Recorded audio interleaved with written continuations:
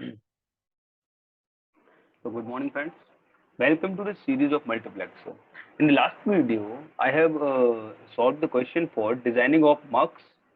Using 4:1 MUX, we have implemented the function AB plus C. In this video, we have to implement the same function AB plus C using 2:1 MUX. So the designing methodology is same. I'm not changing the approach. The approach is same for the previous one.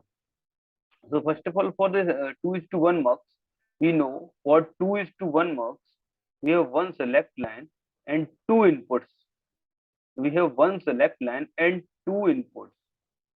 Okay, so we have two inputs, I naught and I1.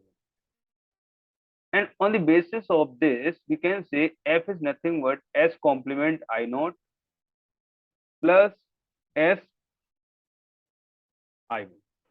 So this function is implemented using complement of can say select line and actual form of select line like this. So if we compare our function with this particular, our function is f equal to ab plus c. So I have to also create the a complement and b complement here. So if I create the a complement and or can say, because we have a term is there. If I take the select line as a, if I take the select line as a out of three variables, then two inputs should be B and C should come at I naught and I1 with any combination. But A is selected as a select line. So if A is selected as select line, then A is B can say, but there is a no term of A complement. So I can say simply if we rewrite it, we can say AB or yes. For this particular C, we can write it as okay. We can write it as A plus A complement. Simply it is a multiplication of 1 with C and A plus A complement is 1. So I can say it is AB plus AC plus A complement C. So for this particular, I have both the terms A complement with C and second is A taken as common B plus C. Yes, so I can say this function can be implemented, but some extra circuitry is needed. For A complement, we have C as an input. So I can say C will be selected at the place of I naught, or can say C will be used at I naught. But at I1, we have to use this combination. At I1, we have to use this combination. So the meaning is same. Simply I want to say that how to implement particular function using this multiplexer. Yes, actually this is not a good design because some extra circuit is needed. For I naught we have to see, but for this particular I1 we have to use the combination of can say or of. We have to use a no yes we have to use the combination of can say B plus or can say B and C. So I naught is C, but I1 is B or C. So it is an odd input. So this extra circuit is needed. This OR gate is used here. So can say extra circuit is needed. This function is not entirely implemented by 2:1 MUX.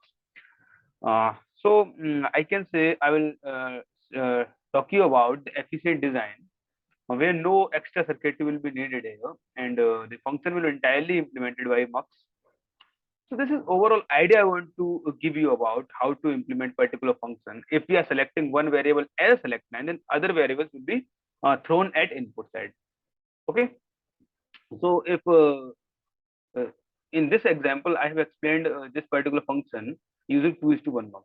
If you also use, or can say, if you also use this particular mechanism for 8:1 MUX, or can say we want to see the implementation of this function using 8:1 MUX, then can say we have three select lines. So all the variables, because the function is of three variables a, b, and c.